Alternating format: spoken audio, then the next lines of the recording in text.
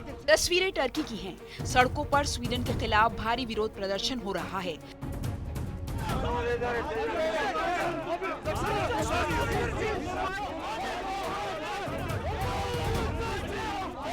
Turkey और Sweden के संबंध इन दिनों कड़वाहट की दौर से गुजर रहे हैं और अब ये लड़ाई धर्म तक पहुंच गई है।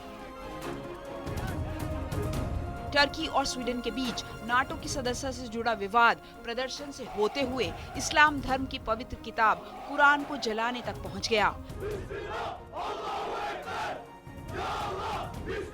विवाद तब और बढ़ गया जब डेनमार्क के एक कार्यकर्ता ने विरोध प्रदर्शन के दौरान पवित्र कुरान को एम्बेसी के सामने जला दिया और स्वीडिश पुलिस ने उसे ऐसा करने की इजाजत दी।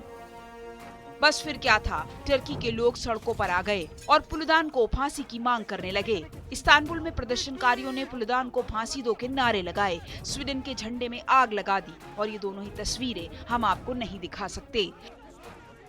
प्रदर्शनकारियों ने टर्की में स्वीडन के दूतावास में घुसने की कोशिश की और बाहर तोड़फोड़ की। नारे लगाते हुए लोगों में गुस्सा साफ नजर आ रहा था।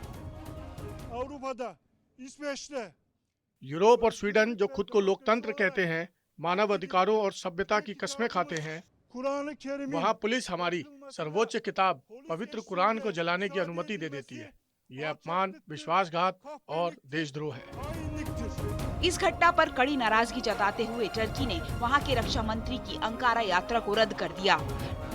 टर्की के रक्षा मंत्री ने कहा कि 27 जनवरी को स्वीडिश मंत्री यहां आने वाले थे, लेकिन अब ये यात्रा नहीं होगी। उन्होंने कहा कि अब इस बैठक का कोई महत्व नहीं रह गया है क्योंकि स्वीडन ने टर्की के खिलाफ नफरत भरे प्रदर्शनों की इजाजत दी है। स्वीडन में पवित्र कुरान जलाने की घटना के बाद मुस्लिम देशों में नाराजगी है। जॉर्डन, कुवैत, सऊदी अरब, पाकिस्तान सहित कई मुस्लिम देशों ने इसकी निंदा की। इस घटना को लेकर टर्की के विरोधी खेमे के सऊदी अरब को भी नाराज कर दिया है।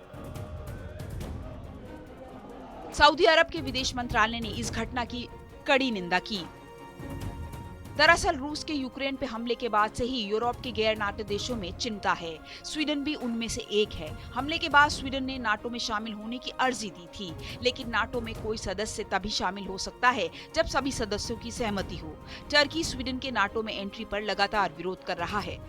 टर्की के विरोध के खिलाफ स्वीडन के दक्षिणपंथी समूह लगातार प्रदर्शन कर रहे हैं और इन्हीं प्रदर्शन के दौरान इस्लाम की पवित्र किताब कुरान को जलाया गया।